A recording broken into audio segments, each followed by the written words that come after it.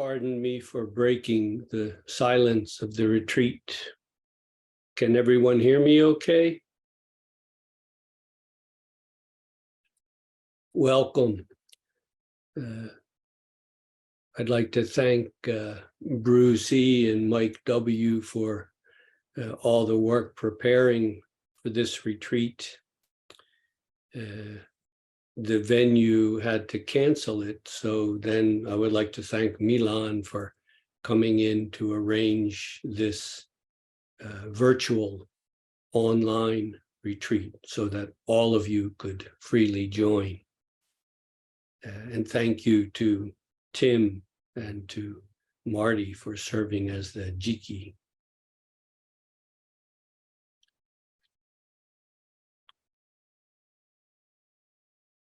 For the next few days in the Dharma talks, I would like to take up through doubt, through contentment.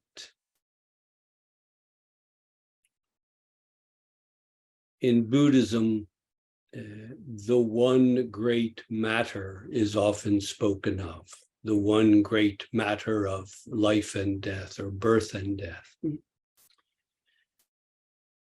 What is this really?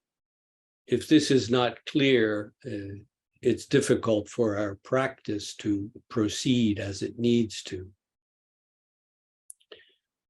I'd like to share with you some insights about this, and hopefully you can see for yourself that this one great matter is right under your feet. If it's not there, it's not anywhere. It's not anything in the least abstract or difficult to grasp.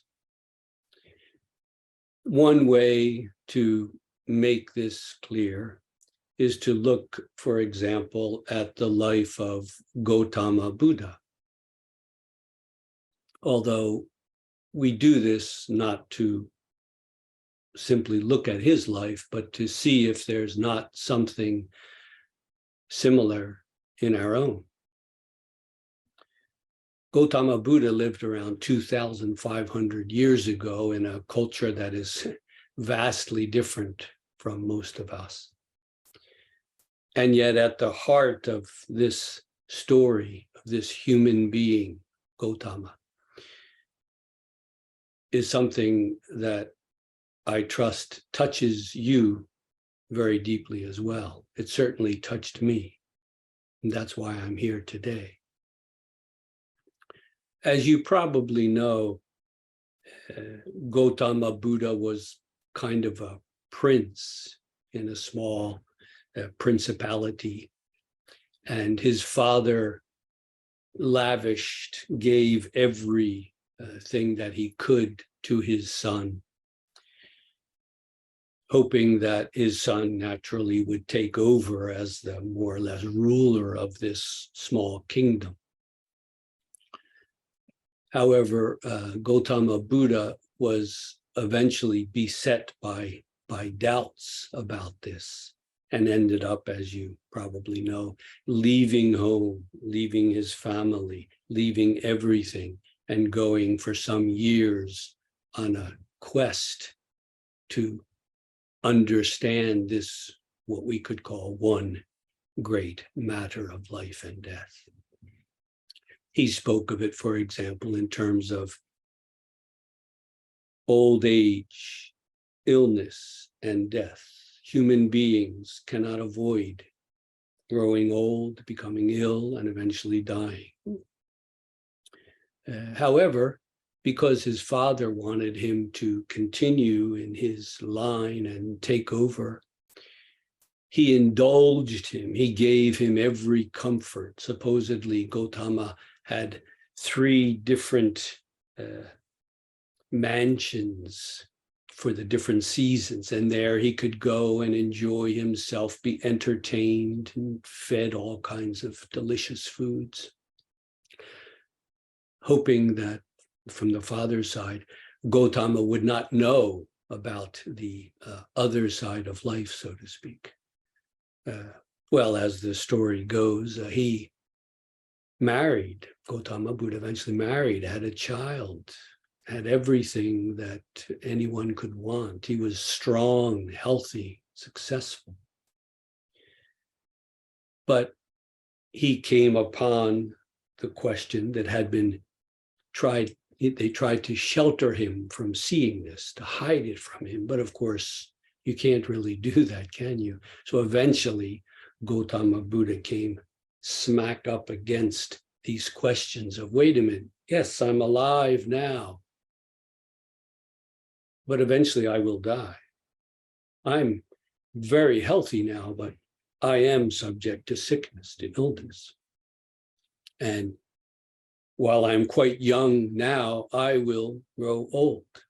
Is there any way that I can get around that? No, no.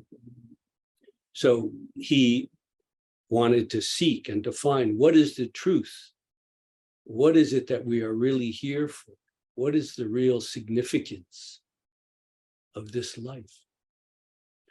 You might say, in a word, he went from indulgence, lavish lifestyle, to a kind of asceticism, or almost self-torture, where he tried to renounce everything, eating only a little bit of food or nothing, trying even to hold his breath and not breathe. He ended up almost killing himself, as you well know. He didn't get enlightened, rather he realized he was losing his life force. Something was very wrong. You might say he came to the limit of self-willed practice. And here, if it wasn't already, clearly the doubt, what in Zen is called the great doubt. It's not spoken that way in early Buddhism, but clearly Gautama Buddha had a great doubt, and that is what drove him to do what he did.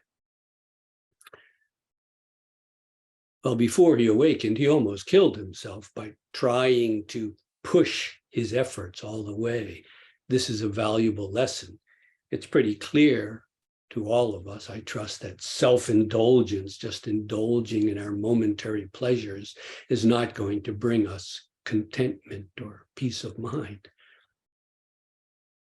But at the same time, simply trying to force our way into some kind of an experience, willfully pushing against the limits of ourself, this is really not any better. It creates problems, for example, of pain, misdirected, willful self-effort.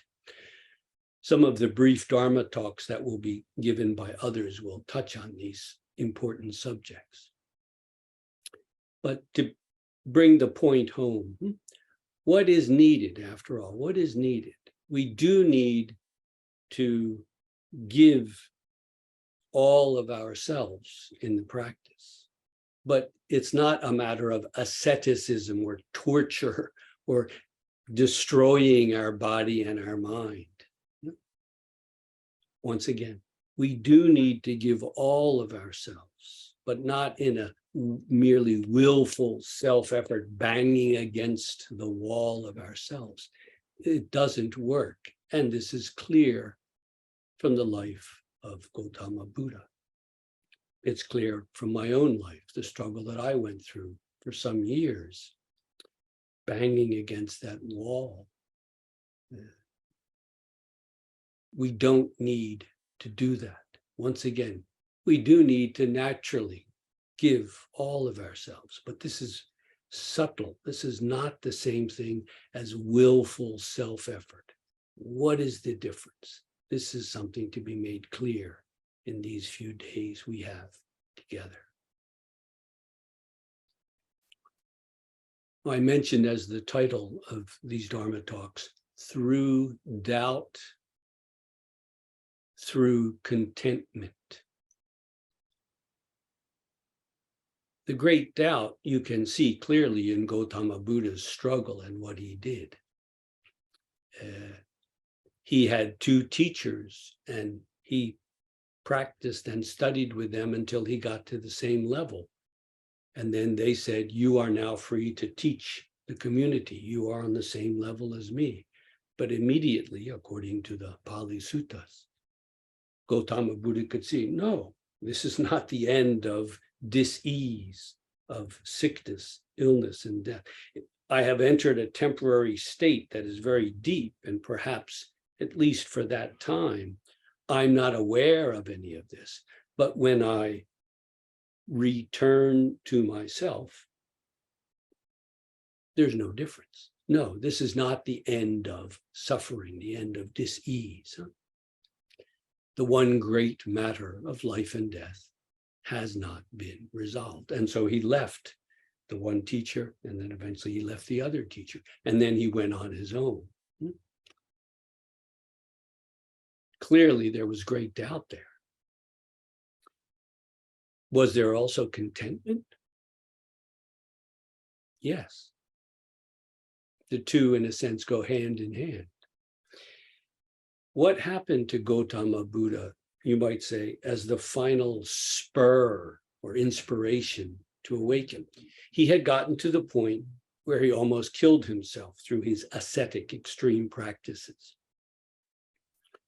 And then, again, this is not a Zen text, but this is the Pali Suttas. It says that he spontaneously remembered an experience as a small child. There are different versions. In the Tibetan version, for example, he was already an adult, but it seems that probably he was a child. There are several versions of this. And he remembered as a child sitting, watching, it seems, some kind of a plowing ceremony. The ground was being plowed up. And he was seated comfortably. People were taking care of him. He was the young prince. And it says he remembered just spontaneously entering into a kind of a deep samadhi where he was just totally at peace, at rest, content. Just spontaneously. He wasn't meditating. He was just sitting there. But this memory of a spontaneous experience as a child had a profound influence on him. And he realized, perhaps this is what I have been missing up until now, trying to force my way into this. Here it was something natural and spontaneous. It wasn't forced at all. And he says, he's speaking to himself in the Pali Suttas, should I be afraid of this experience? No, I shouldn't be. He seemed to have realized this is showing me what has been lacking in my self-willed practice up until now. So he bathes in the river, he refreshes himself, he takes some nourishment. And as you probably know, the other 5 ascetics who were training with him saw this and felt, he's giving up, he chickened out, he's indulging, we're not going to practice with him anymore. And they went away. But that wasn't quite what was happening. Because then what he did was he sat down what became the Bodhi tree, the tree of awakening. And it's very interesting what he said. At that point, sitting there, truly settled, in a sense, finally already beyond self. The great doubt, clear as a bell. And yet, the great contentment is there as well. And it said, he made the following statement, very famous. Flesh, blood, and marrow may dry up in my body, but without complete awakening, I will not rise from this seat. Now, this sounds like tremendous, stubborn, self-willed effort, but it's not. It's not. Once again, he said, after having refreshed himself, taken some nourishment, he said, flesh, blood, and marrow, the liquid in our bones, may dry up in my body, but without complete awakening, I will not rise from this seat. This is not mere willful self-effort. You might say it's great doubt and great contentment coming to its fulfillment, its consummation. When he says, I will not rise from this seat, he doesn't mean I'm going to sit here until I'm, like a little kid, a stubborn little kid who refuses to move. No, what he means is I cannot move from this seat. In other words, not literally, he had to go to the bathroom, but he's not going to leave this until it's done. The one great matter, until it has been clearly resolved, he's not moving. Again, not that he can't move a muscle, but rather he cannot stop this practice now. It is inevitable. What before had seemed perhaps impossible is now inevitable. It can't be helped. You might say you get to the point where you realize, I cannot do it, yet it must be done. That is when it will be done. That is when flesh, blood, and marrow may dry up in my body, but without complete awakening, I'm not rising from this seat. In other words, even when I do rise from this seat, I'm not leaving the practice. I cannot leave this practice until it is done. This is one good way of seeing what a retreat is. And again, I urge you to see through. This is not mere willful self-effort. It's something much more fundamental. And it's not a denial of the methods and the practices that are necessary. Yes, learn and master those methods, breathing, proper posture, and so on. But then, how to say it? They must be let go. Even they must be let go. We must get to the point where whatever we do not step out of the practice. We cannot step out of this practice.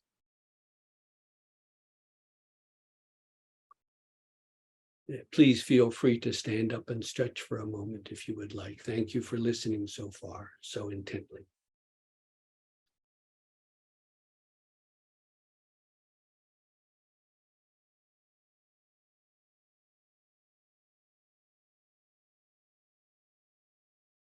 Allow me to continue a bit longer, and then I will hand it over to someone to give a brief Dharma talk about the very concrete issue of pain in our practice. This is no small thing. For many of us, myself included, pain was perhaps the first real barrier that we had to get beyond.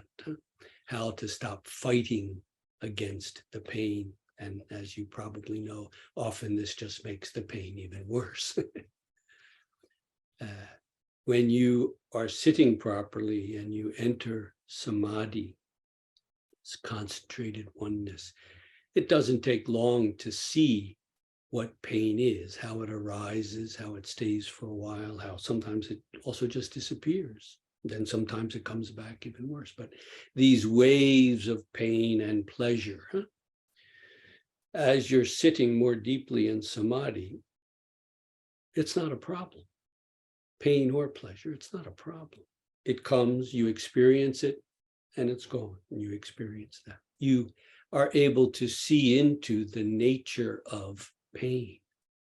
Doesn't mean it doesn't hurt anymore, but it's not the problem that it was. It's not something that you're fighting against. It's a natural reaction of the body. And if we didn't have pain, we would be in trouble. If we didn't have a toothache when there was an abscess or an infection, we would be in trouble. There's a good reason for pain. But the suffering of the self that may come along with it, this is different. This is different. This is what we must be able to discern in our practice and in our life. Let me address this issue of doubt and contentment, just to give it a proper context so that we can go through the practice together in this retreat and make the most of it.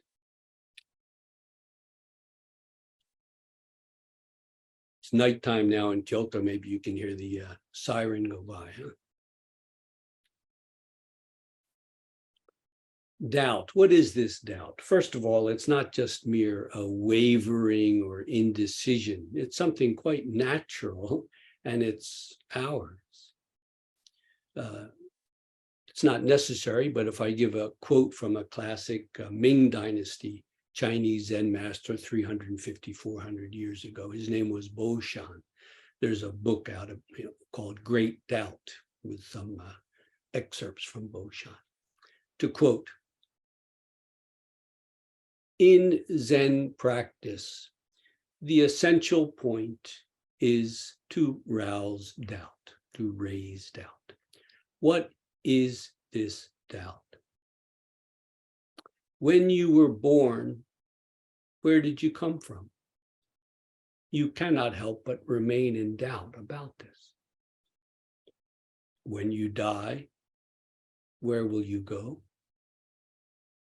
Again, you cannot help but remain in doubt. Since you cannot pierce or penetrate this barrier of life and death, suddenly doubt will coalesce or solidify right before your eyes. Try to put it down, you cannot. Try to push it away, you cannot. Eventually, you will break through this doubt block and realize what a worthless notion life and death is. Ha! As the old worthies said, great doubt, great awakening. Small doubt, small awakening. No doubt, no awakening. End quote. That is from Bo Shan.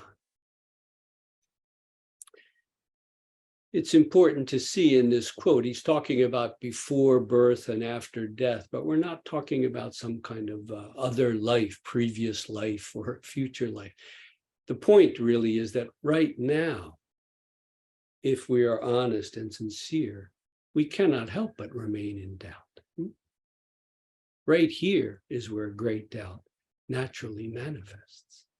So, as a matter of fact, for many Chinese, sometimes when they were children, a loved one passed away. And they weren't monks, they were lay people at this point. But this became a great doubt for them. Where did Granny go? Where did Mom go? Where did my brother go? And then it starts to become an all-consuming question, not just about the loved one who passed away, but of course about themselves and everyone and everything. Where does it come from? Where ultimately will it go?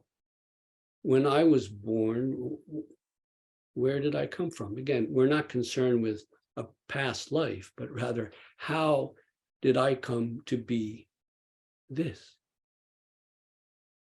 And this will not remain forever. What will become of it? If we're honest with ourselves, we realize at bottom, we don't really know in our bones, and yet we have a genuine need to know. So this is what we can speak of as the barrier of life and death, or the great matter of life and death. Notice that Bo Shan says, eventually you will break through this doubt block and realize what a worthless notion life and death is. Ha! Well, this is awakening. From what? To what? This you must make clear for yourselves. Another classic quote about doubt is from Gao Feng, who was a 13th century, older than Bo Shan. Very famous quote. In India and China, past and present, all the worthies, awakened people, who spread this light did nothing more than simply resolve this one doubt. The 1,000 doubts, the 10,000 doubts are just this one doubt. Resolve this doubt and no doubt remains.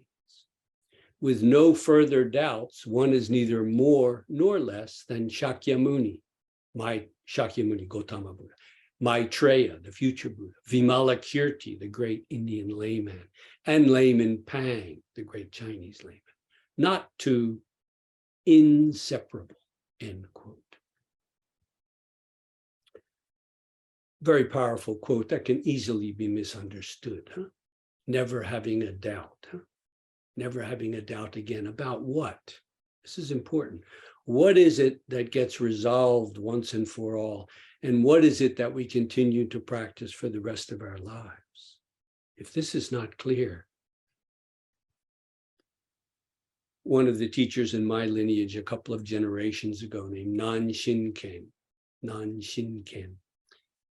he used to say, I always doubt. But about what? I always doubt. In what sense does practice come to a decisive end? And in what sense does it continue on forever? This needs to be made clear through our own practice. Finally, let me say a few words about contentment, because they really are two sides of the same coin, doubt and contentment. And quoting Zen texts is not really necessary, but this brief quote from the classic Zazengi, as it's pronounced in Japanese, or the Zazen manual, sums it up well, to quote the classic Zazen manual. Quote, Zazen really is the Dharma gate of ease and joy. If you become ill from it, you are not doing it with proper care. Done properly, your whole body naturally becomes light and at ease, spirit fresh, mind clear. The flavor or taste of Dharma sustains, and you are calm, pure, and joyful. End quote. This is clearly to be free of mere sensuous clinging, but to go on ever more subtle and ever more refined through contentment.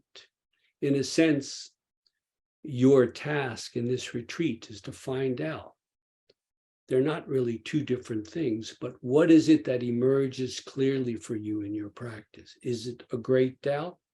Fine, take that doubt all the way. That's what koan practice is involved in. Is there a profound contentment that arises in your practice? Fine, let's take that all the way too. That we will arrive at the same place, you will see.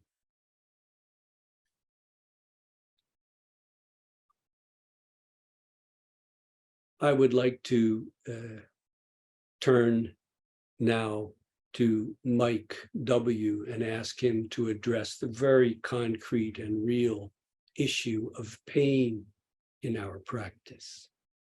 Michael, please.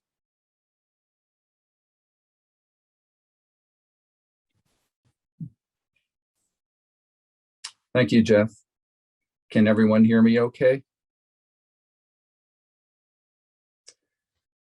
So I'm going to talk about pain, a topic that's been, I guess, near and dear to my heart as it applies to Zazen. So when we first undertake the Zen practice, speaking for myself, the last thing I expected to find was pain. But pain is what most of us experience, which is the exact opposite of what we were looking for to begin with. This was certainly my experience, and I'm sure it was for many of you as well. Pain was the most difficult obstacle in my practice for many years. During long retreats, pain was in my back, my knees, my hips, my neck, you name it. Sometimes when the pain would subside during a sitting at a retreat, I thought that perhaps I had finally overcome my struggle with pain and it had somehow vanished for good, but it would always reemerge again out of nowhere. So what can we do when pain emerges and becomes a very difficult obstacle? First, as a practical matter, it is important to sit in a position that is right for each of us. It's certainly not a good idea to copy someone else's sitting posture. Take whatever your body gives to you. Also, stay aligned if you can, regardless of your sitting position. Head is straight, shoulders over your knees. Leaning forward or to the side can put a lot of stress on one's neck and back. When we first feel pain, our inclination is usually to get rid of the pain by going around it, perhaps wiggling on our cushions until the pain subsides, maybe leaning from side to side. This solution works for a few minutes or sometimes not at all. During a retreat, after a day or two, it seems that moving, or even just thinking about moving, makes the pain worse. That said, if an adjustment while sitting helps, by all means, it's a good idea to do it. Sometimes a tiny spinal, shoulder, or neck adjustment is quite helpful. Another way we might deal with pain is to decide to just tough it out and let sheer willpower do the job. Again, this method might work for a sitting or two, but in the end, the pain just wears us down and takes over again. Other times we might try to ignore the pain, or when that does not work, do the opposite and just fully focus on the pain. These are, I think, just two sides of the same coin, and neither side resolves the issue. I've tried these methods for many years with minimal results. The pain obstacle remained. It's like what Martha Reeves sang about in the 1960s regarding a different kind of pain. Got nowhere to run, baby, nowhere to hide. Here are some other suggestions I have heard over the years for dealing with pain. Relax your pain. Remember, you are not your pain. Just breathe through the pain. Let go of your pain. It's the universe's pain, not yours. And some of these pieces of advice can be very helpful. Relaxing one's body and focusing on breathing is a good way to keep calm and help manage discomfort. I have found that less resistance is better. So where to go when there is nowhere to run or hide from our physical pain? One direction is to go inward. When all outward escapes are used up, there is still our koan to work on. When we are at the end of our rope, so to speak, pain can nudge us into becoming our koan. Since there is no place else to go, all that is left is to pour ourselves into our koan. If there is pain, fine. If there is no pain, fine. Either way is okay. Staying in the present moment is also helpful.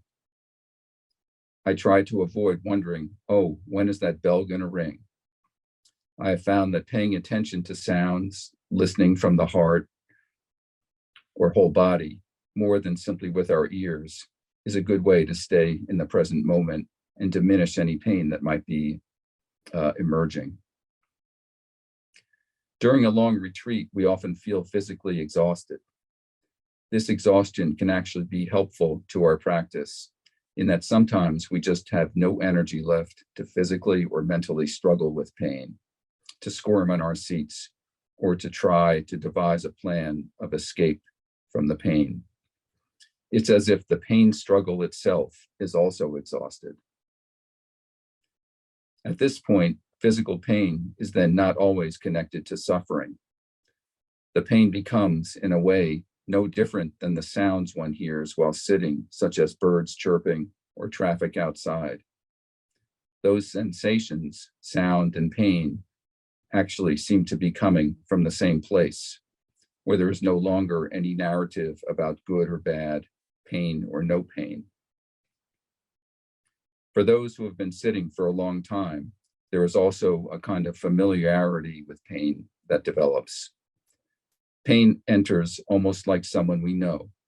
Oh, it's you again. And after a while, we learn how to sit with this visitor and just watch as our visitor comes and goes. I hope that some of these suggestions and hints have been helpful in your struggle with pain. And if you have any questions, feel free to ask. Thank you.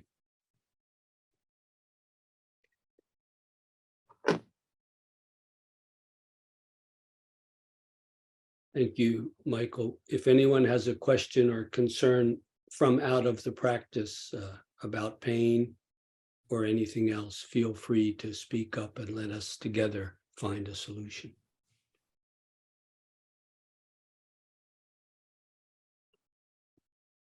Yes, Chris? Yes, I have a question about pain. What if, say, a pain in the knee, which is persistent, it's the same pain. What if that's an indication that you're actually damaging your joint, your ligaments, tendons, whatever, and to not damage, to carry on damaging the body is surely not what we're meant to be doing. Should we try and ease that pain to prevent self-damage? I believe everyone has to be very careful about the posture they're sitting in and if they are doing any damage to their body. I've experienced trying to sit into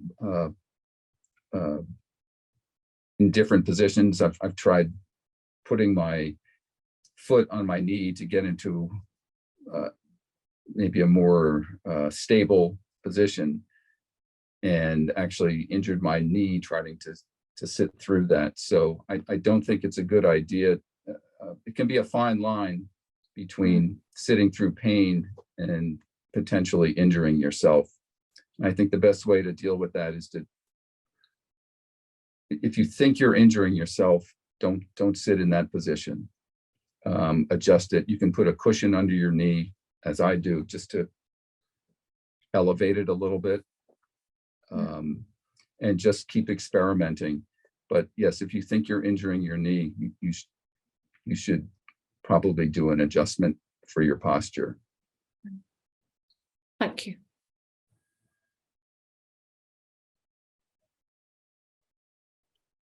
Chris, I trust as you go on in the practice, you will see that it's not about just, maintaining a certain posture.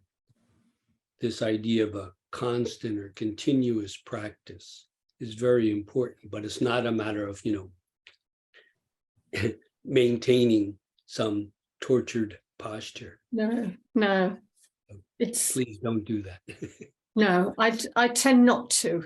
Well, I don't. I find a different. It's just in one knee in the morning practice, as though my body's not woken up properly, and other times of the day it's fine. But I don't want to sit there making it worse, trying to breathe my way out of it or whatever. It was. I suppose I wanted to highlight the difference between pain, which is probably moving around and it's maybe about your ego going, I don't want to be here, and pain, which is more specifically physically damaging, would you say? Thank you. Yeah, this is not just your question, Chris. I'm sure many of us here can learn from this. Thank you for raising it. Thank you.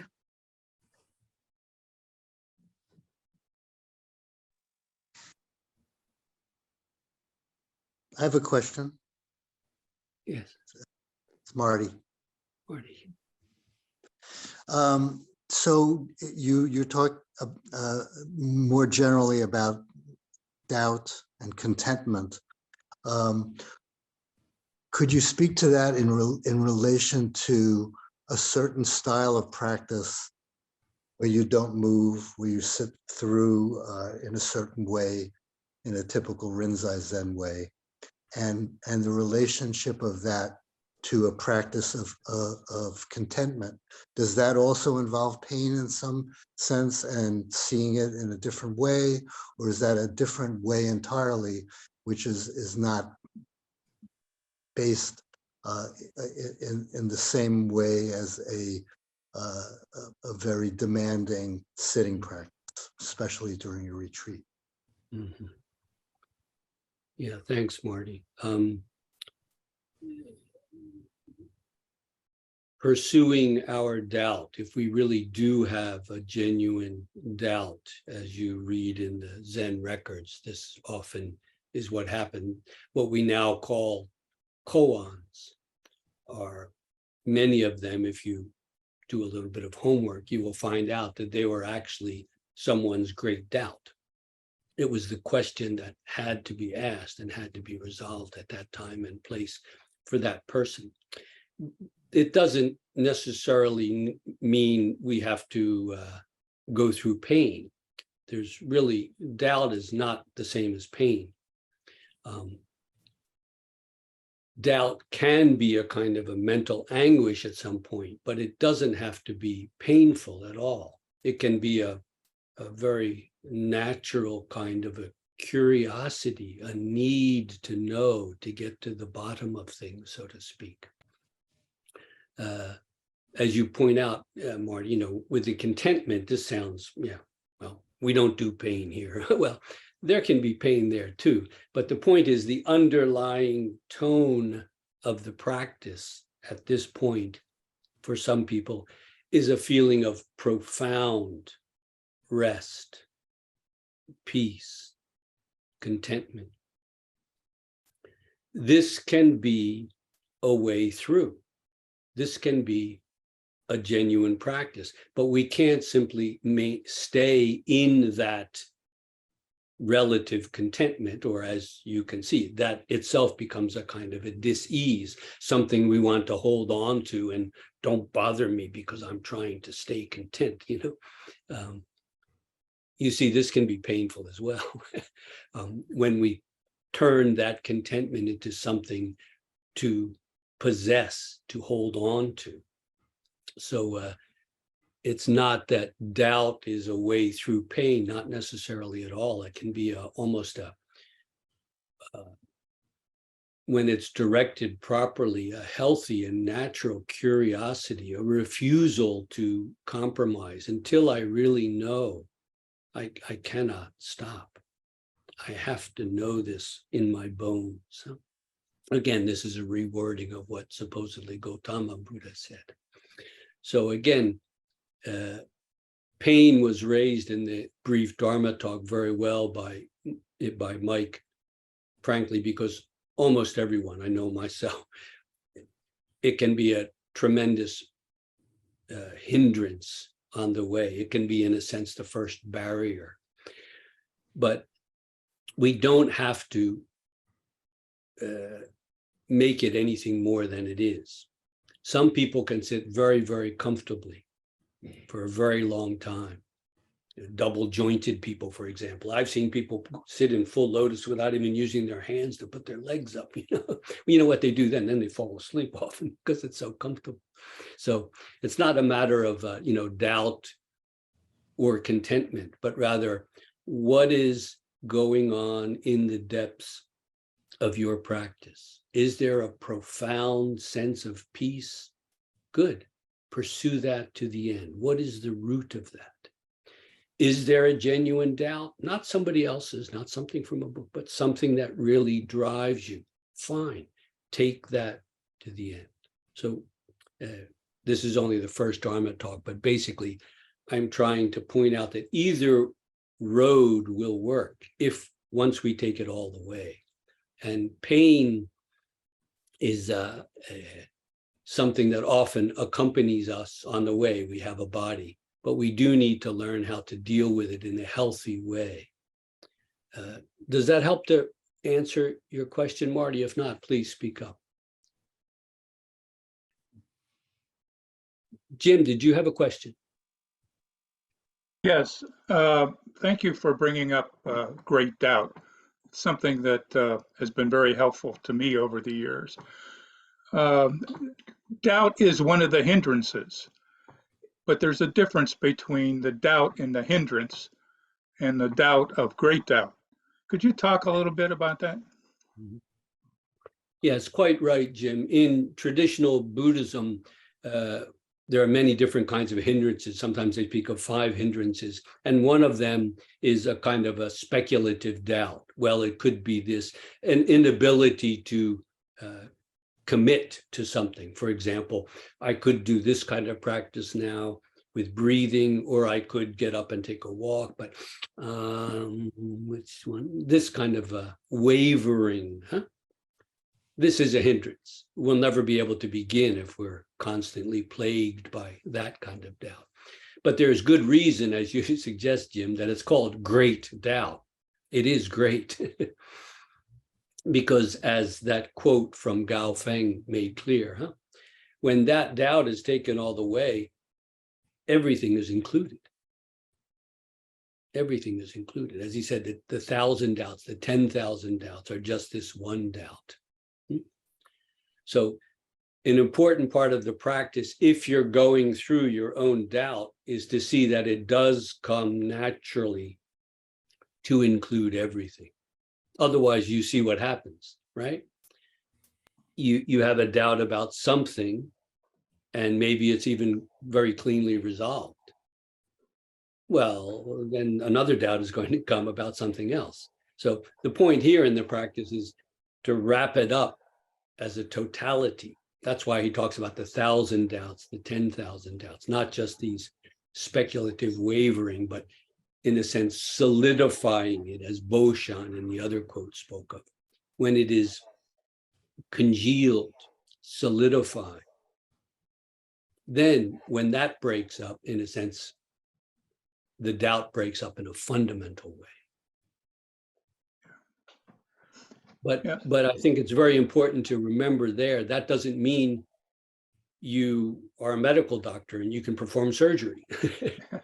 You follow? It doesn't make you a perfect human being.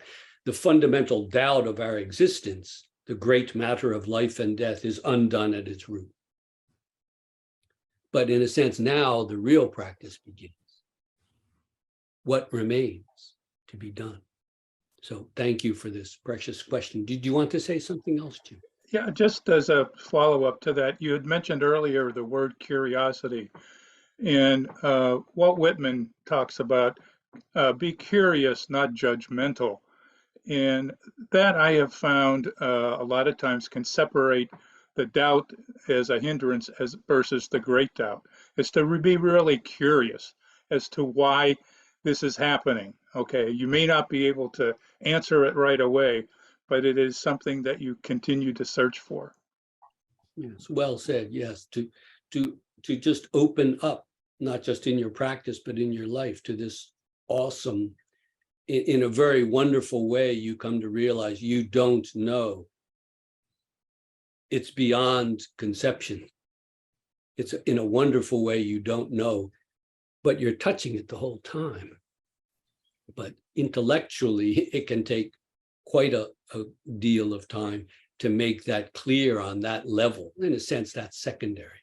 But to experience it raw, the raw experience is the fundamental, And then, the intellectual understanding is very important, but that will come, that will come.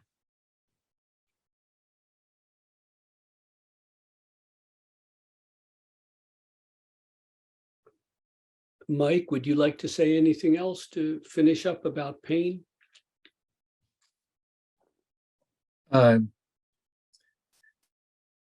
No, just encourage everyone to keep going and do their best.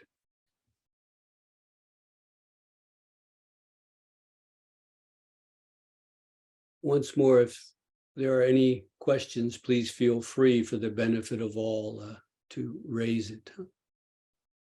Thank you, and thank you everyone for your questions and comments.